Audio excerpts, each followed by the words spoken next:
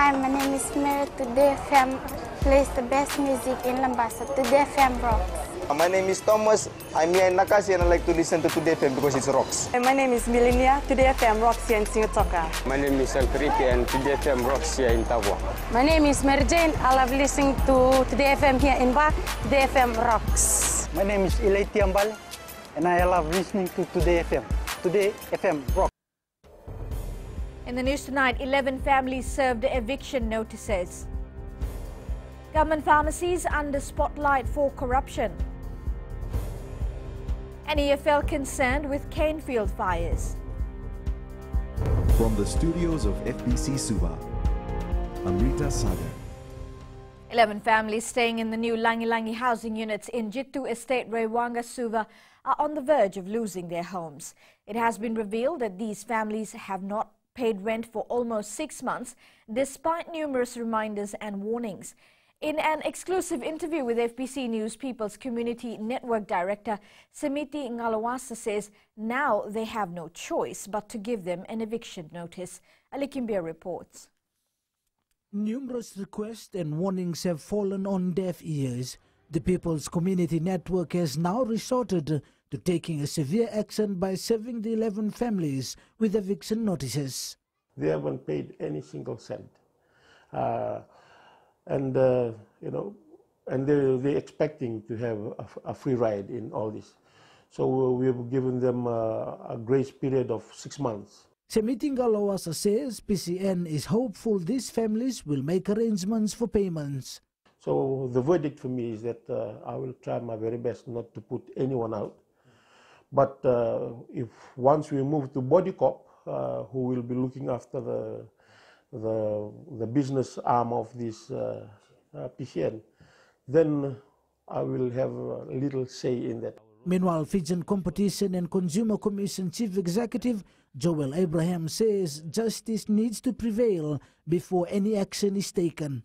Now, when there is non-payment of rent, the Distress of Rent Act applies, and there is a procedure that is outlined in the Distress of Rent Act that says how a landlord should go about in ensuring that that they're able to recover their rental that are due. PCN has been holding regular meetings with the families to look at ways on how they can catch up with their overdue rent to remain in their units. Ali Kimbia, FBC News. The Social Democratic Liberal Party last night announced its 42 provisional candidates who will be contesting the 2018 general election. Of the 42, 11 are currently opposition members of parliament, including opposition leader Ro Temumu Kepa. Rachel Nath has more. Leading the PAC party leader Sitiveni Rambuka has maintained some of the party's pioneering candidates like Viliame Gavoka, Aseri Randrondro, Mary Semisoni and Ratu Isoa Tikava. The new inclusion into the candidacy list is party leader Sitiveni Rambuka amongst others. However, there are some notable omissions from the early announcement during the party's AGM.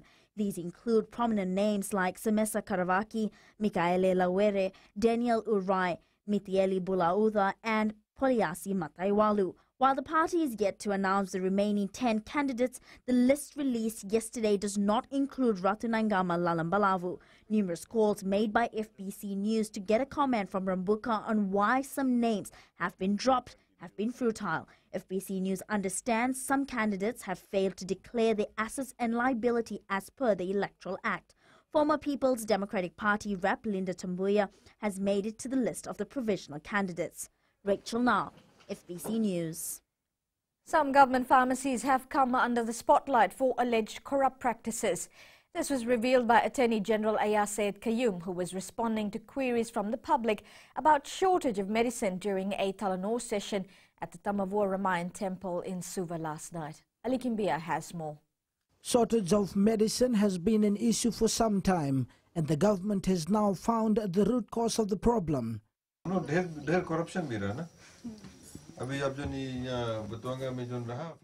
There has been a lot of corruption. The pharmacist in Watuwanga would see that the stock is becoming less and would not order because they do not want to tender.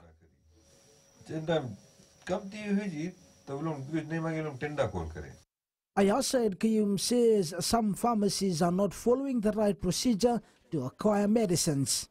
Another thing that has been noticed is that when the drugs are supplied, they supply some old medicine and the shelf life will expire within 3 months. So you have to order again, so that's the play. The minister says there were some instances where people used to sell medicine over the fence, so all the stocks had to be properly handled for accountability. Ali Kimbia, FBC News. Energy Fiji Limited is urging farmers and people living in cane belt areas to refrain from burning rubbish near or in cane fields. Chief Executive Hasmukh Patel says it is a norm that during crushing season, cane farms are set on fire. And as a result, their wooden power poles are damaged, incurring thousands of dollars of expense. Ritika Pratap reports. The EFL has so far this crushing season recorded 2 incidents where their power poles have been damaged.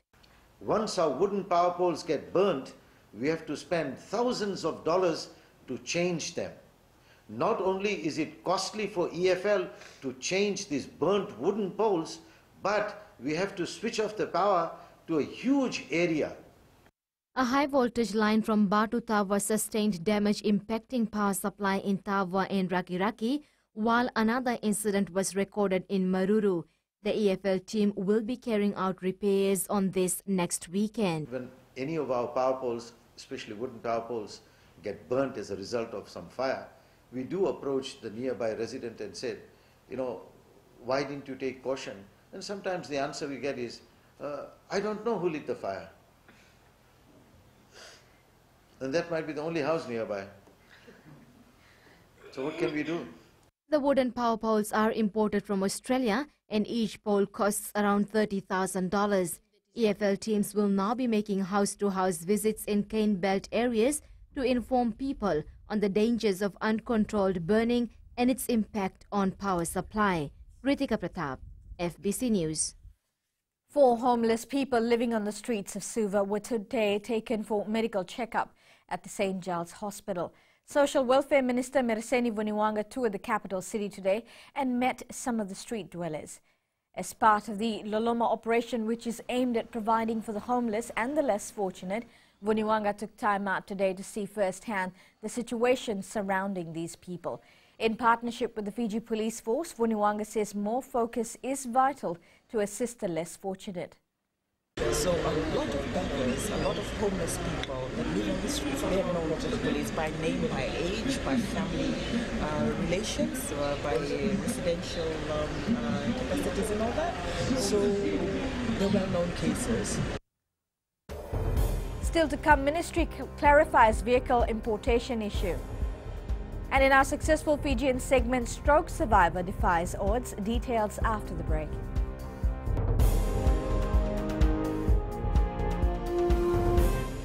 Bula, nevang go malakai leloma, ngongai nakas untuk makarong ng Bula FM, nambang 2 na sere. Hoya ubasit sai lambasa, ya untuk talita na warong ng Bula FM, nambang 2 na sere. Gua do tumeli ako na tao no hinga toka, talita kina na warong ng Bula FM, nambang 2 na sere. Wana tunga ng Bula FM, nambang 2 na sere nawaluan. Nevang go fani na tao no go singa toka, kita untuk talita ka ng Bula FM, nambang 2 na sere. Bula FM, nambang 2 na sere.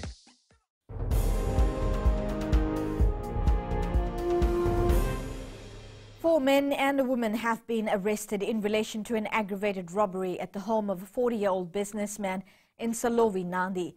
A group of men armed with cane knives allegedly forcefully entered the home of the victim last Sunday morning and threatened his family before stealing cash, jewelry and electronic items.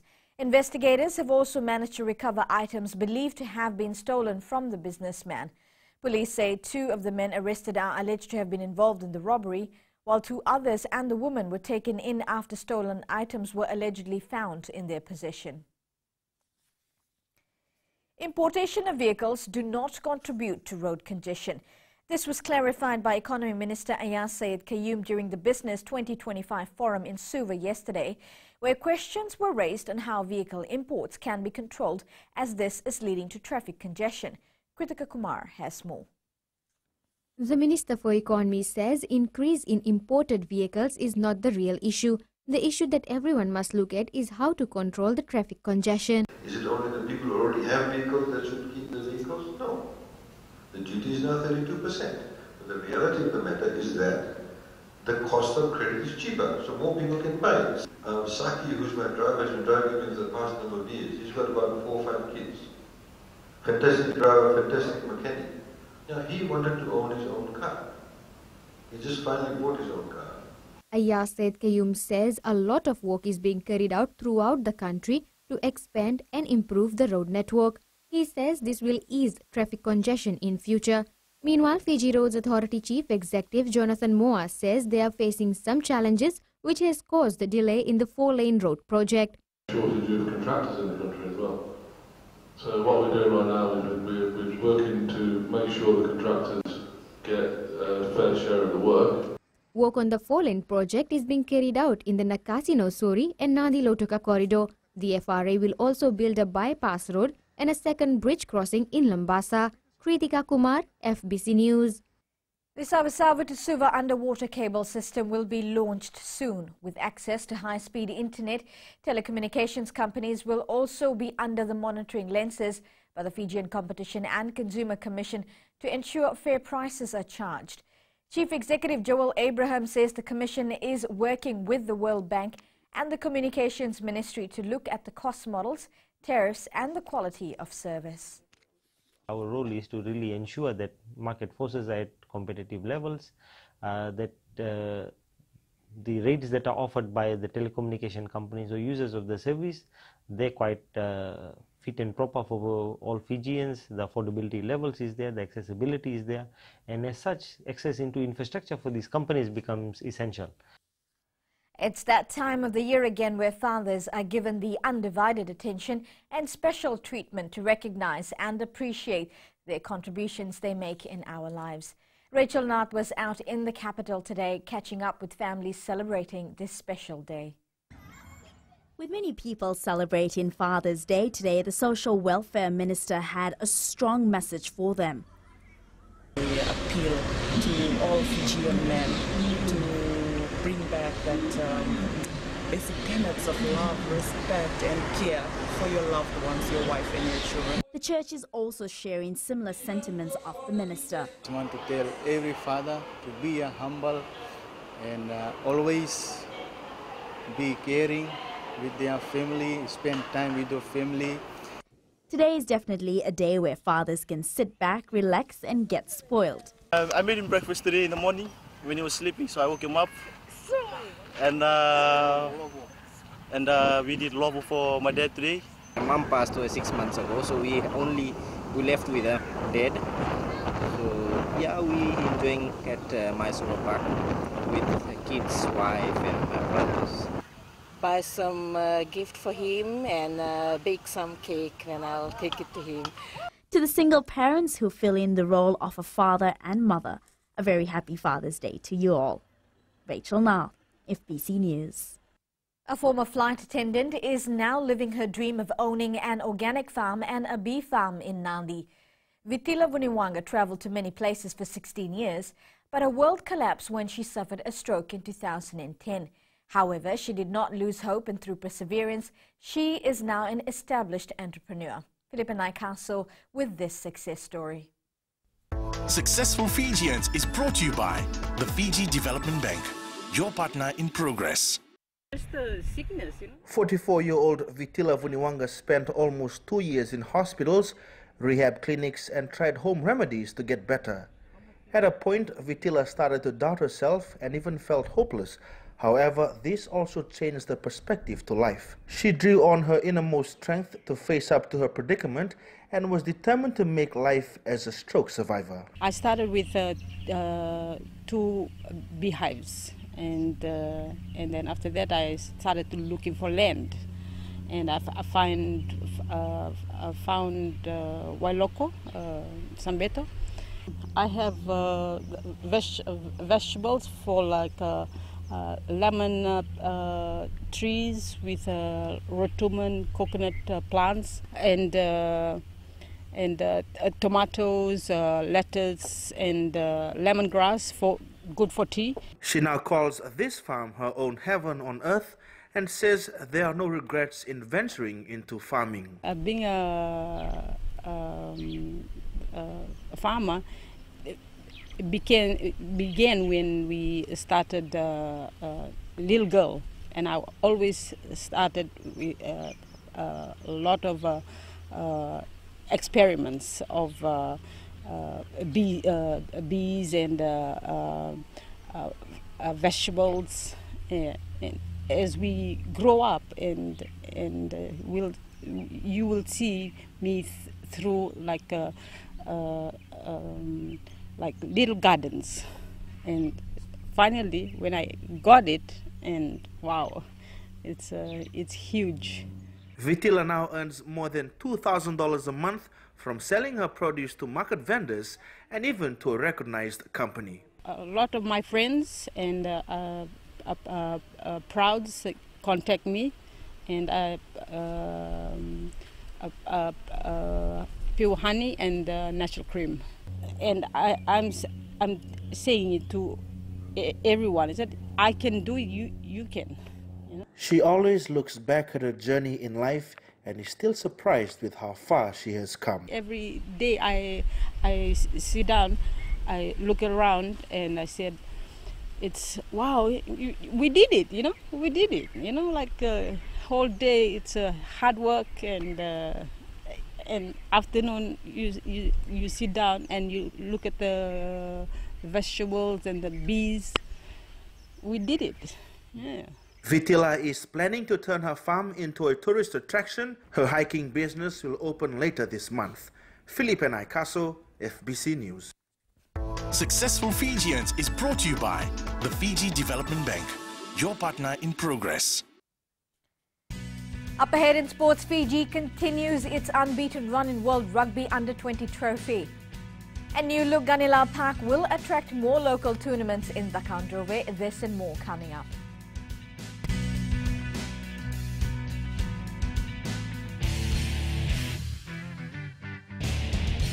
Voila, I am Eleanor. For the best classic hits, I only listen to Gold FM here in Singapore. Gold FM, only the classic hits. My name is Seni Rawa. I love listening to Gold FM here in Nosuri. Gold FM, only the classic hits. My name is Dino. I'm from Outrigger, Coral Coast, Singapore. I love listening to Gold FM, only the classic hits. My name is Salote. I love listening to Gold FM here in Nosuri. Gold FM, only the classic hits. Bula, my name is Marida. Gold FM plays the best classics here in Outrigger, Singapore. Gold FM, only the classic hits.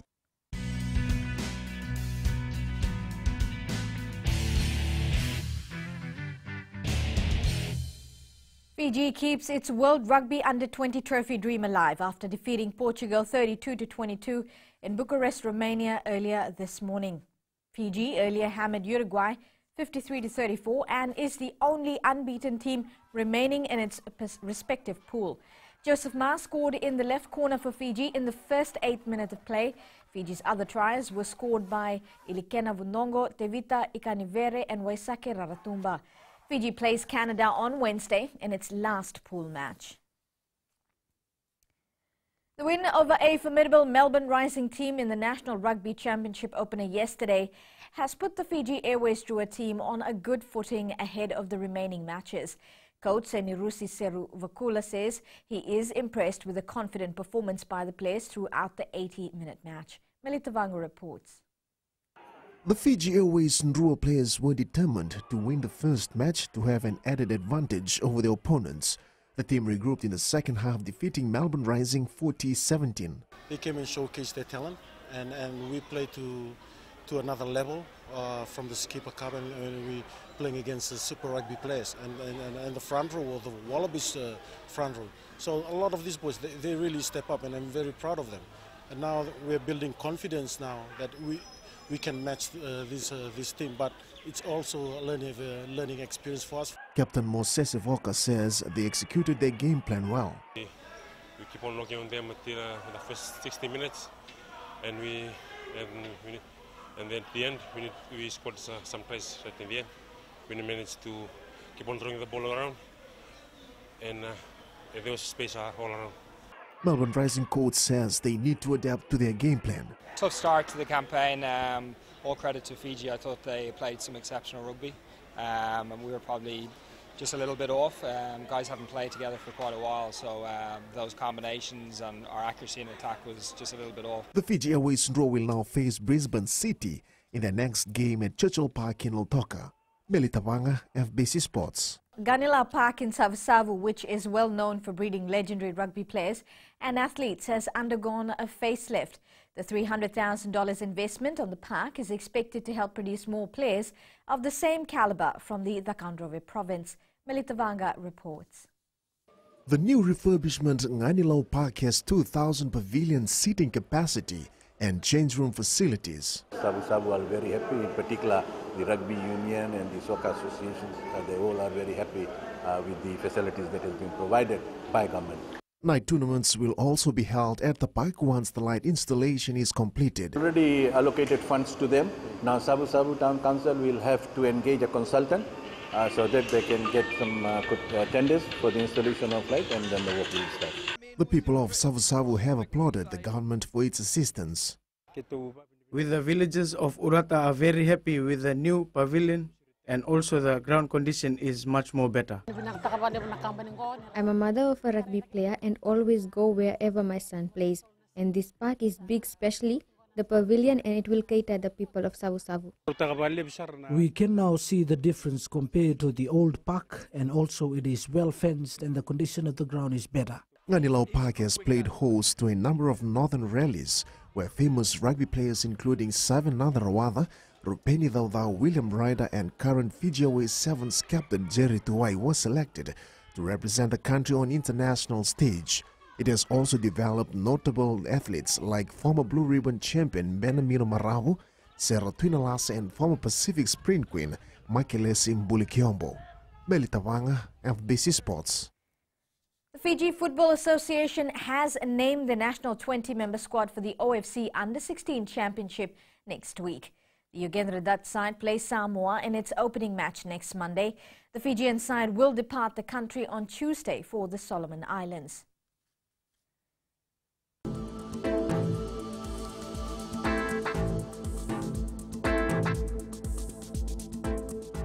Fine weather prevailed throughout the country today. We take a look at the west, mainly fine conditions with temperatures ranging between 30 and 32 degrees. Eastwards from Pacific Harbour to Suva, mostly cloudy and cool conditions.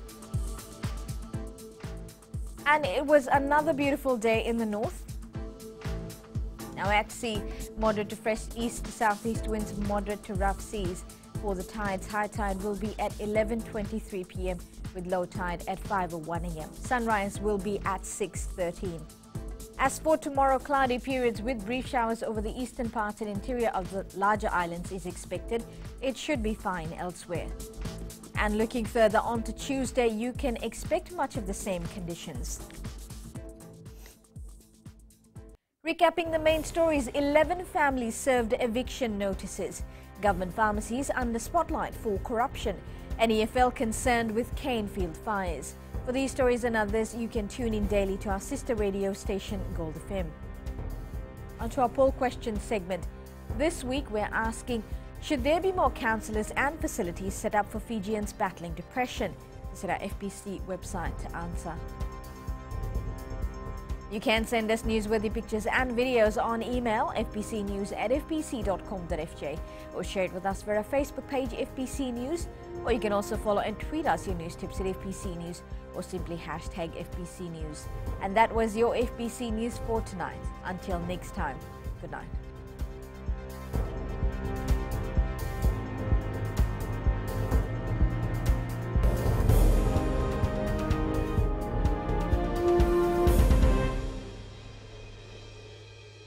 Hi, I'm Jyotishma. I'm from Singatoka. I love listening to Mirchi FM. Mirchi FM is hot.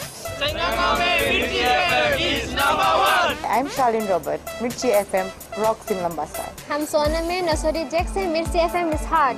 My name is Raymond Dutt. I'm in Baba Singh Alliance. Mirchi FM is hot in Lambasa. I'm Pritika from Jax Nasori. I love listening to Mirchi FM here in Nasori. Mirchi FM is hot. Mirchi FM, it's hot.